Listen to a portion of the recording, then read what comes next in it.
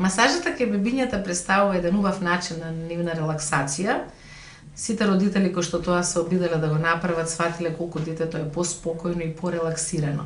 Меѓутоа мора да го одберете начинот и времето на кој што тоа ќе го правите. Значи децата мора да бидат спокојни, подмирени, да им бидат сите други потреби, значи да не бидат гладни, да имаат сменати пелени и да бидат суви, се разбира, и расположени за масаж.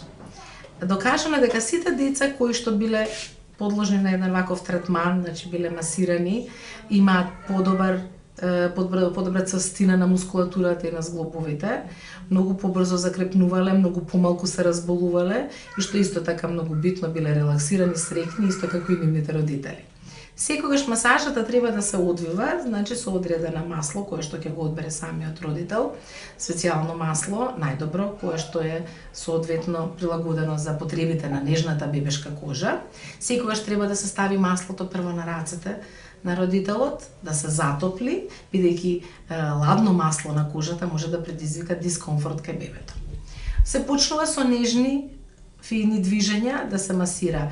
Прво се масираат стопалцата, постепено прстињата, се оди нагоре со стимулирање на циркулацијата, може да се измасираат и рацете, она на што особено се обрнува внимание и што навистина помага кај помалите дечиња, особено кај оние под 3-месечна возраст.